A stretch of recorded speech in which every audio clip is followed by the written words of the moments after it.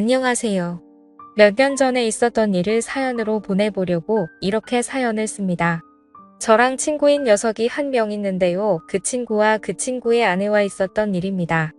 한참 코로나 바이러스 때문에 밖에서 술을 마시거나 각종 모임을 하기가 껄끄러울 때 있었던 이야기입니다.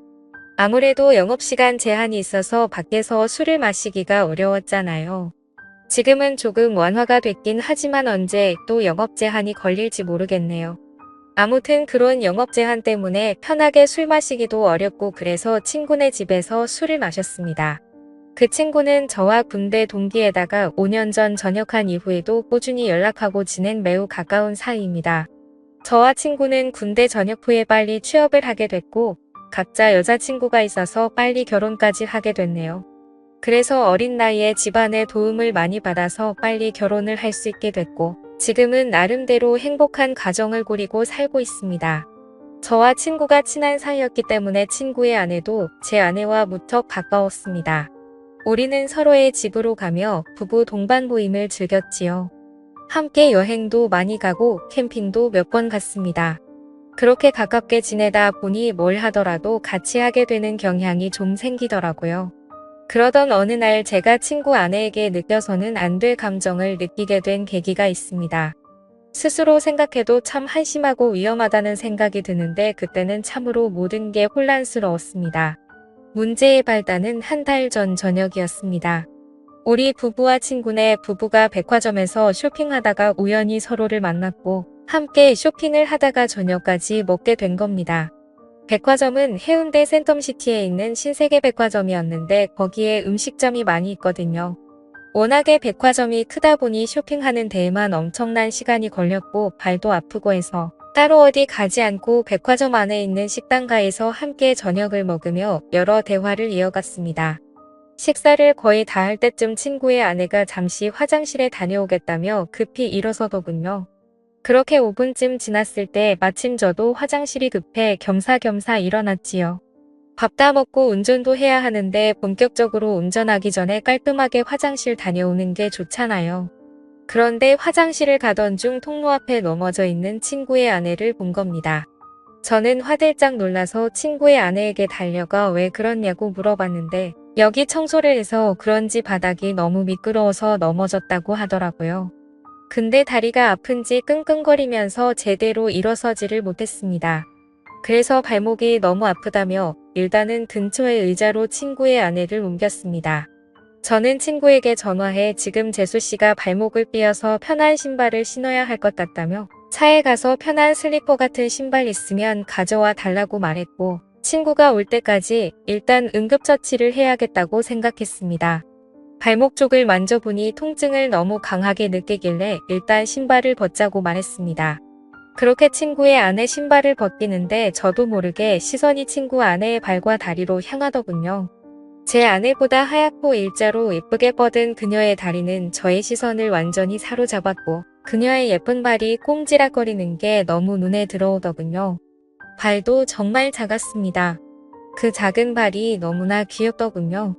저는 친구 아내의 다리를 보면서도 안 된다고 생각했으나 자꾸만 몹쓸 눈길에 평정심을 잃었습니다.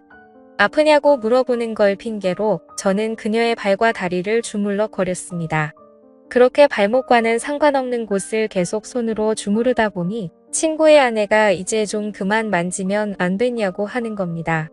그래서 저는 당황하며 그런 게 아니라 혹시나 다른 데가 또 아프지 않을까 해서 그렇다며 말도 안 되는 변명을 늘어놨습니다. 그러자 친구의 아내는 피식 웃으며 예뻐서 그렇게 만지는 거 아니냐며 웃음을 보이더군요. 그 후로 저는 친구의 아내와 어깨동무를 하고 쩔뚝거리며 함께 식당가로 걸음을 옮겼습니다. 가는 도중 분위기가 냉랭한 것이 뭔가 서먹했는데 어느 순간 그녀가 제게 이렇게 발이랑 다리를 주물럭거릴 정도로 예뻤냐고 다음에 술 한 번 사줘야겠다면서 기분이 좋다는 걸 표현하더군요.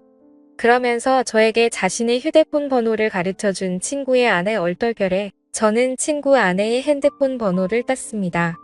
친구는 어떻게 된 일인지 저희에게 물었습니다. 화장실 앞에 청소를 해놔서 그런지 물이 흥건했는데 구두를 신고 있어서 미끄러진 것 같다고 말했습니다. 그렇게 재수 씨는 슬리퍼를 신었고 친구는 제게 고맙다는데 순간 그 친구에게 미안하더군요. 저는 친구 사이에 고마운 게 뭐가 있냐며 괜찮다고 했더니 이번 저녁은 자기가 무조건 사겠다고 합니다. 화장실에 다녀온 저는 다시금 후식을 먹기 위해서 숟가락을 들었고 제 아내와 친구 아내와 함께 즐거운 대화를 이어갔습니다. 그날은 술도 빠지지 않았지요. 그렇게 즐겁게 마무리를 하고 집으로 돌아왔습니다. 그 뒤로 3일 정도가 지났을 때 이상하게 자꾸 그녀가 생각나서 결국에는 연락을 해봤습니다. 발은 괜찮냐고 병원 안 가봐도 되겠냐면서 그런 시시콜콜한 문자를 주고받았어요. 각자 배우자도 있는 사람들이 이게 뭐 하는 짓인가 싶겠지만 무언가 서로를 끌려하고 있다는 게 느껴지는 그런 기류가 있었습니다. 그렇게 우리는 일주일 넘게 배우자 모르게 서로의 연락을 은밀히 주고받았습니다. 어쨌건 그렇게 연락을 좀 하는데 친구 아내가 저에게 매우 적극적이라 혼란스러웠습니다. 문자를 몇 번 주고 받지도 않았는데 그 뒤로는 요즘에 뭐 하는지 별일 없는지 시간 있으면 술 한잔 하자는 식으로 여러 번 말을 하는 거예요. 그렇게 친구의 아내를 따로 만났습니다. 이렇게 친구의 아내와 밖에서 따로 만나는 건 확실히 바람피는 기분이 들어서 최대한 그런 느낌을 주지 않으려고 노력했습니다. 아내 얘기를 많이 됐고 앞으로 아이 계획도 얘기하면서 최대한 상대방과 거리를 두려고 의도적으로 노력했죠. 그리고 서로의 대화가 한참이던 때 느닷없이 그녀의 발이 저를 건들고 있더라고요. 너무 어이가 없고 이 사실이 믿기지 않더군요. 그녀를 마주보고 대화하던 제 얼굴은 크게 일그러졌고 친구 아내는 저를 보며 도발하는 눈빛을 날렸습니다. 초저녁에 만나서 그렇게 간단하게 자리를 가지려고 했는데 계속 이렇게 하다가는 뭔가 사고를 칠 것만 같아서 저는 급하게 집으로 가야 한다며 집으로 돌아갔습니다. 솔직히 너무 무섭더군요. 그녀는 정말 친구에게는 과분하다는 생각이 들 정도로 아름다운 미녀인데 왜 갑자기 저한테 그렇게 대놓고 도발을 하는지 믿을 수도 없었고 그럼 그녀의 태도를 어떻게 받아들여야 할지 혼란스럽기만 했습니다. 그렇게 안절부절 못하면서 휴대폰만 보고 있었는데 어느새 시간은 12시쯤이 되었고 마음이 심란해서 잠이 오질 않더군요. 그런데 느닷없이 어디선가 전화가 걸려오는 겁니다. 친구 아내였습니다. 저는 전화를 받지 않으려고 했으나 자꾸만 걸려오는 전화에 난감했습니다. 제 아내는 이 아심한 밤에 누구냐며 짜증을 냈고 저는 회사 상사 전화하며 거실로 나와 걸려오는 전화를 속삭이며 받았습니다. 이렇게 늦은 시간에 왜 자꾸 전화하냐고 말했습니다. 그러자 한동안 말이 없던 그녀는 남편이 오늘 급하게 출장 때문에 지방으로 내려간다며 우리 집으로 오라고 하더라고요. 저는 가지 않겠다고 대답하고 전화를 끊었지만 마음이 너무 혼란스러웠습니다. 사실은 미치도록 가고 싶었습니다. 도저히 그녀의 유혹을 떨쳐내기가 쉽지 않더라고요. 앉아서 10분 동안 안절부절하며 생각만 한 것 같습니다. 이건 마치 하늘이 준 기회라고 생각했거든요. 아직 혈기왕성한 어린 나이의 한 명이라도 더 경험하는 것이 하늘이 나에게 준 축복이 아닐까 하는 생각이 들었습니다. 결국 도저히 그 유혹을 떨쳐버릴 수 없었습니다. 저는 자고 있던 아내 귀에 대고 회사에 급한 일이 있어 나가봐야 한다고 둘러대며 급히 옷을 입었습니다. 그렇게 집에서 나온 저는 친구네 집으로 향했습니다. 친구의 집 앞 대문에 서서 가만히 있었습니다. 항상 이곳을 올 때면 친구가 저를 반겨줬는데 오늘은 친구가 아니라 친구의 아내가 저를 반겨주겠다는 생각이 들더군요. 한편으로는 마음이 참 씁쓸했습니다. 그렇게 집으로 들어가 현관을 지나 거실로 들어서니 촛불이 켜져 있었고 와인까지 준비되어 있었습니다. 그 광경을 보고 저는 정말 두근거리더라고요. 친구의 아내 뒷모습을 보고 그 생각이 들더라고요. 이렇게까지 마음먹고 바람을 피려고 하는 저 여자의 정체가 도대체 뭔지 궁금했습니다. 만반의 준비를 하고 친구의 남편을 고시는 여자가 정상이라고 생각이 들지 않았거든요. 저는 일단 경계하는 자세로 그녀와 이야기를 이어나갔습니다. 그녀의 이야기를 들어보니 충격적인 사실을 한 가지 알게 됐습니다. 자기가 지금 이러는 이유는 자신의 남편이 먼저 바람을 폈기 때문이라는데요. 남편은 어느 순간부터 출장을 굉장히 많이 가기 시작했고 그런 남편이 의심스러워서 남편의 휴대폰을 조금씩 봤다고 하더라고요. 근데 남편의 휴대폰에는 직장 동료와 주고받은 연락이 상당히 많았는데 그중에 몇 명의 후배와 나눈 연락은 느낌이 많이 달랐다고 합니다. 심지어 한 명의 후배와 바람을 피운 게 아니고 여러 명의 여자와 동시에 바람을 피우고 있었던 겁니다. 그러니까 그렇게 출장을 핑계대며 항상 외박을 했던 것이었어요. 그래서 자기도 바람을 필 생각으로 저에게 도발을 했다고 말하더라고요. 그렇게 그녀의 이야기를 한동안 듣던 저는 와인에 취해 친구 아내와 건너서는 안 될 강을 건너게 되었습니다. 이렇게 아름다운 여자와 함께 있다는 게 정말 꿈만 같은 시간이었습니다.